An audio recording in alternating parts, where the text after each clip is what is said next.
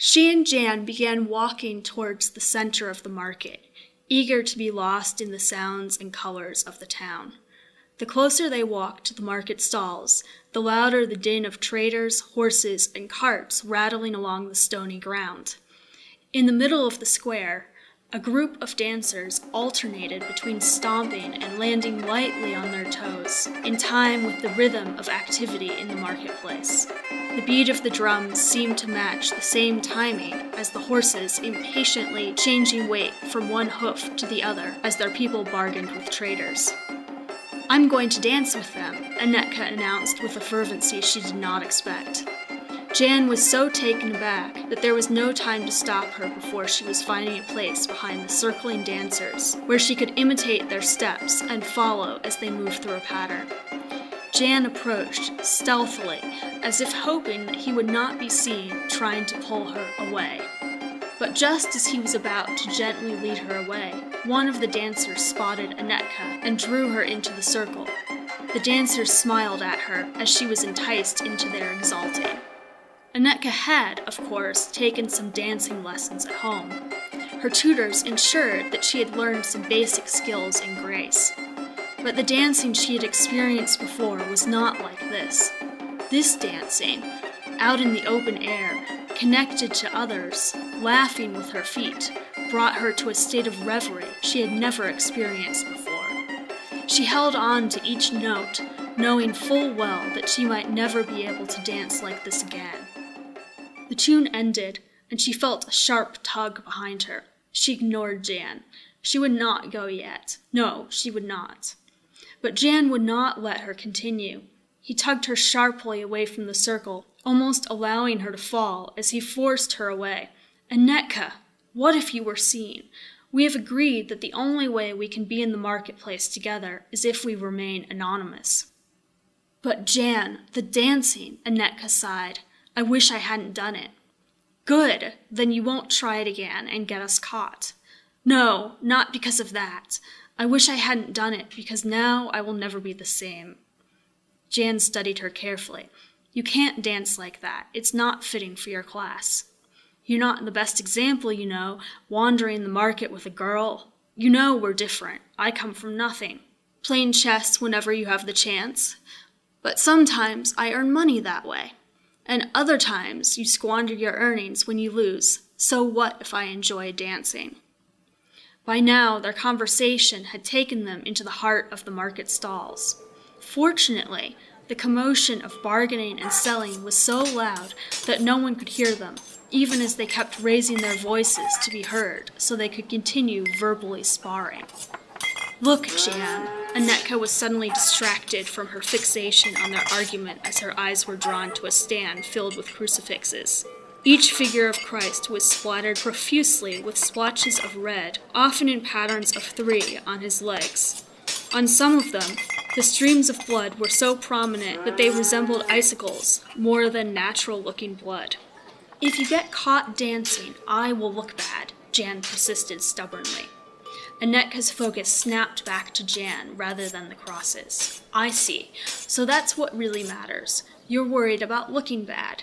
But if you do something others won't approve of, it's okay because you're clever enough not to get caught. Look at these crucifixes, Jan. Don't they remind you of anything?" Jan glanced at the crosses, but before he could speak, the tradesman leaned towards them and spoke softly. "They're all drenched in the most precious blood of our Lord Jesus Christ.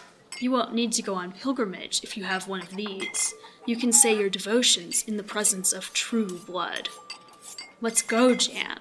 He shrugged her off. "How much?" The tradesman eyed him carefully. For you?" "Jan, let's go." Father Peter was approaching. Anetka teared off into the crowds as fast as she possibly could. "Interesting, aren't they?"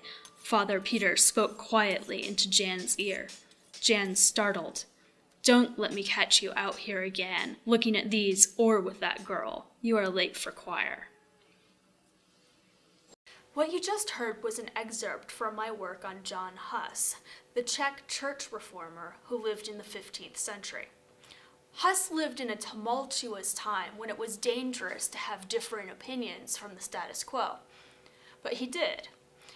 He suffered for his controversial views and his willingness to challenge authority, first by being exiled by the church, and finally in his trial and death at a major church council. But as you might guess from the excerpt you just heard, this work is not a biography of Hus. It is fictional history.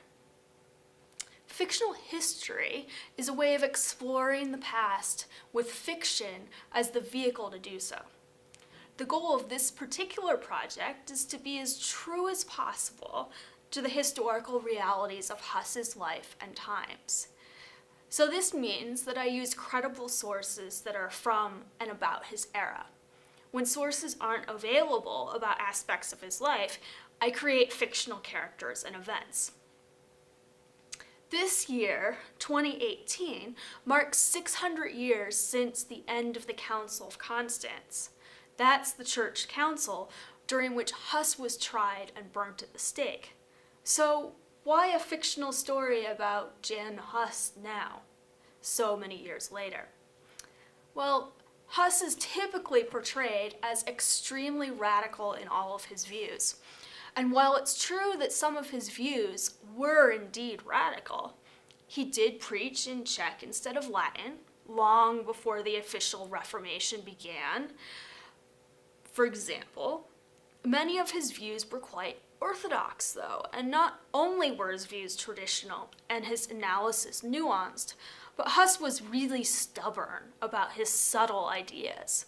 He was so stubborn about his ideas that he was willing to tangle with church authorities, including the Pope.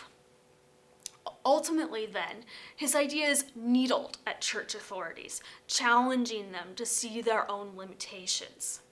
Over time, authorities were willing to put up with fewer and fewer of his challenges. But the curious thing about him is that he was not deeply spiritual as a young man. Later sources from his life tell us that he developed his spiritual and theological maturity later, and that at first, as a child, and even as a young man, he was motivated to go into the priesthood for more practical, very practical reasons. After all, during the time he lived, a vocation in the church ensured that you would have a good education and be well fed and cared for throughout the entirety of your life. In an era when being malnourished was an everyday occurrence, who wouldn't seek security this way?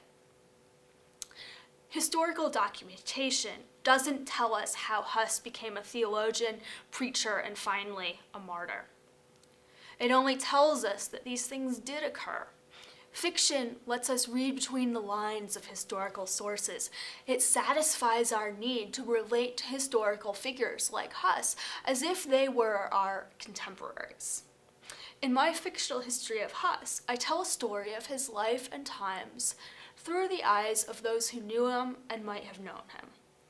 How did a not very spiritual boy who grew up in poverty become an activist preacher and writer who drew followers, who planted the seeds of the Reformation?